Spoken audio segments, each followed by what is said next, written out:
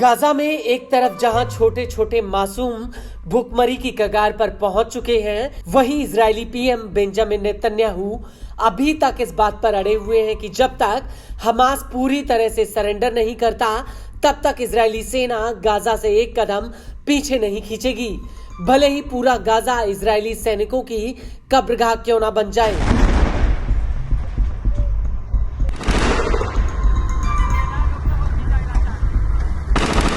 वहीं दूसरी तरफ यमन के हूतियों की इजराइल से करीब 2000 किलोमीटर की दूरी है, लेकिन उसके बावजूद भी वो लगातार गाजा की ढाल बनकर मैदान में डटे हुए हैं। हूती के हमलों ने इजरायली एयर डिफेंस सिस्टम की ताकत पर सवालिया निशान खड़े कर दिए हैं।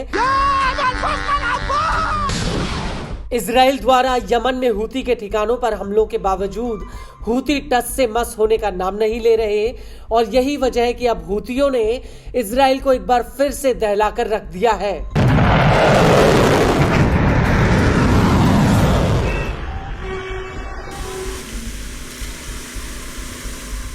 दरअसल जब आधी रात को सारा इजराइल सो रहा था तो उस वक्त हूतियों ने इजराइल की तरफ एक बैलिस्टिक मिसाइल फायर कर दी।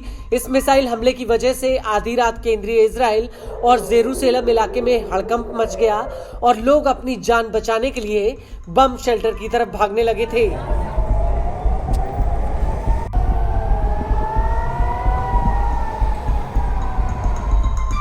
हालांकि इस हमले को लेकर इजरायली सेना का कहना है कि 4 और 5 जुलाई 2025 की देर रात करीब 1 बजे यमन से दागी गई एक बैलिस्टिक मिसाइल को इंटरसेप्ट किया गया था। आईडीएफ के मुताबिक इस हमले की वजह से केंद्रीय इजराइल में इसी दौरान कई इलाकों में हवाई हमलों के सायरन बजने लगे थे।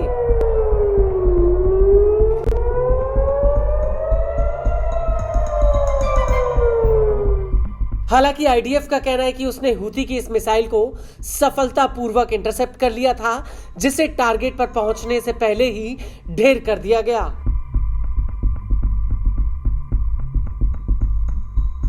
आपको बता दें कि इस हमले से पहले हूती ने 3 जुलाई 2025 को इजराइल के ऊपर 3 हमलों को अंजाम देने की बात कही थी।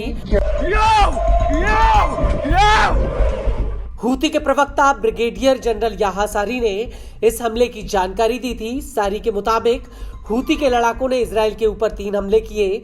2 हमलों में तेल अवीव और एश्केलोन में सैन्य ठिकानों को निशाना बनाया गया, जबकि तीसरा हमला हाइफा बंदरगाह पर किया गया। इस हमले को लेकर सारी का कहना है कि यह हमला फिलिस्तीनियों और उनके प्रतिरोधी लड़ाकों के साथ एकजुटता दिखाने के लिए किया गया। इस सब के बीच आपको ये बताना बेहद ही जरूरी होगा कि हूतियों ने इजराइल की 2 तरफ से नस दबा रखी है। एक तरफ वो आसमान से इजराइल को मिसाइल और ड्रोन हमलों से दहलाने में लगे हुए हैं, वहीं दूसरी तरफ वो समुद्र से इजराइल की अर्थव्यवस्था की कमर तोड़ने की पुरजोर कोशिश कर रहे हैं। अल्लाहु अकबर अल-मौत लअमरीका अल-मौत लिइस्राईल। हूती का दावा है कि उसने लाल सागर और अरब सागर में इजराइल को जाने वाले या इजराइल से जुड़े हुए जहाजों का रास्ता पूरी तरह से बंद कर दिया है, और हालिया दिनों में हूती ने लाल सागर में कम से कम 2 जहाजों को डुबो दिया था।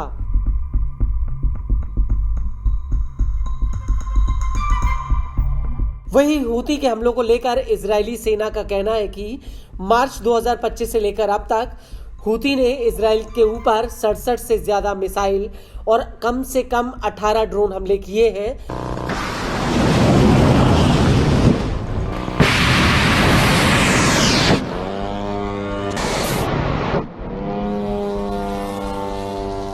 इसके अलावा हूतियों ने लाल सागर में मालवाहक जहाजों पर 100 से ज्यादा हमले किए हैं।